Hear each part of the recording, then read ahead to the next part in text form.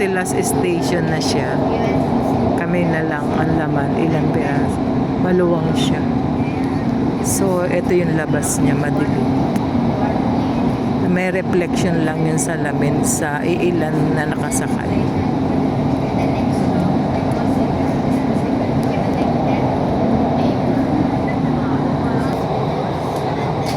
Ayan siya. Sa cellphone, waiting sa...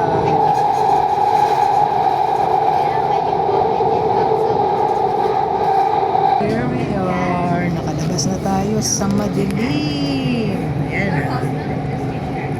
Underground train kasi to. So, maswerte ka pag merong liwanag. Ayan. Nasa taas kami. Ayan. Nice and beautiful. Qatar. Ito ang Qatar na tahimik, peaceful, and beautiful country.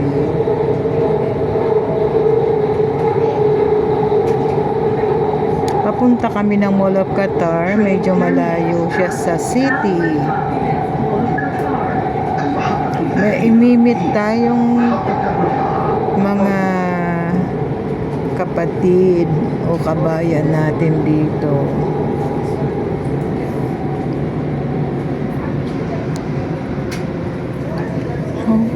Desierto yan, yung desierto. Grabe. Year 2020. Wala pa yung mga kalsada na yan. Puro desierto. Wala pa ang tren. Aray pa. Bababa na kami. Ayan ang tren na sinakyan namin. Bababa. Mall of Qatar. Doon tayo pupunta. Sakay tayo ng elevator. Waiting kami sa elevator. Ayan, palabas na kami sa elevator. Tadaan naman kami sa labas. Ayan na. Papunta na tayo ng Mall of Qatar. Super layo. Alam nyo ba, nag-CR sa train station ang aking asawa. Naiwan niya ang telepono niya. Pero wala, may kumuha yung tagalinis, binigay sa Lost and Found. Pero nakuha pa rin namin. Ilang beses na kami, nakaiwan din kami ng gamit doon sa may upuan sa train. Pero binibigay nila sa Lost and Found nang walang bawas at kulang. Nakukuha namin. May babalik siya ng maayos. Wala nag-i-interest. Kaya tingnan mo, diba ang sarap mabuhay sa ganitong bansa. Sana kaya naman natin maging tapat tayo mga Pilipino. Kung wala lang talagang matinding kurapin sa atin, hindi maghahangad ang mga tao na magkaroon sila ng pagnanasa sa mga bagay-bagay na naiiwan natin.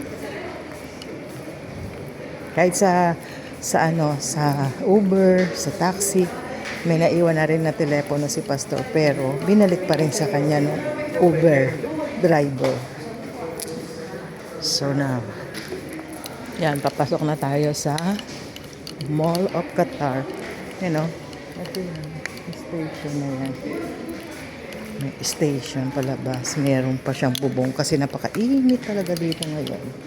Summer pala dito, yung matanding init is June, July hanggang August. Medyo yung July hindi pa super init, pero yung July, August, yun ang super init. Ayan na, lapit na tayo sa entrance ng Mall of Qatar.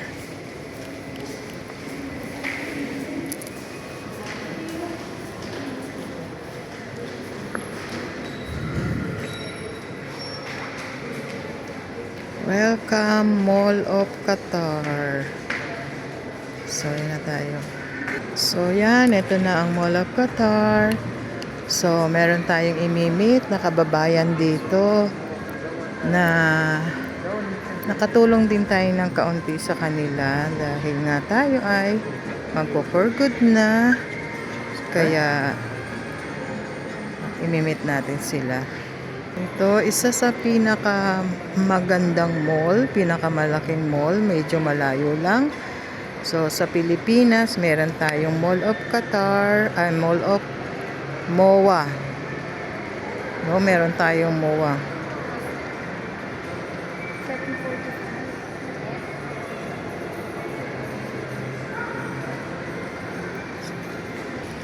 Dito na tayo sa fast food. Alam nyo ba yan? Yung display na yan. Sa Singapore yan ginaya. Sinakarating na kami sa Singapore. Yung nakita namin yan. Napakaganda niyan. Park yan. Pwede kang pumunta rin sa taas sa Singapore akyat para makita mo lahat yung views. Ayan siya oh. Laki. Ginaya. Hindi ko alam kung sa Singapore nila ginaya. Kasi sa Singapore ko nakita yan. Yung taas na yon sa Singapore pwede kang pumanik. Mula dyan may entrance papanik. Tapos makikita mo lahat yung mga magandang tanawin sa kabuuan ng Singapore. Park kasi yan sa Singapore. Oh, di ba ang ganda? Nice. Fast food lang to. Fast food lang yan. Fast food lang to. Yan, dito namin sila imimit sa Jollibee. Jollibee. So, ayan. Ayan ang fast food ng Qatar. O, diba? Super ganda. Mamiss-miss ko to. Jollibee muna tayo. Dito natin imimit ang ating mga kapatid.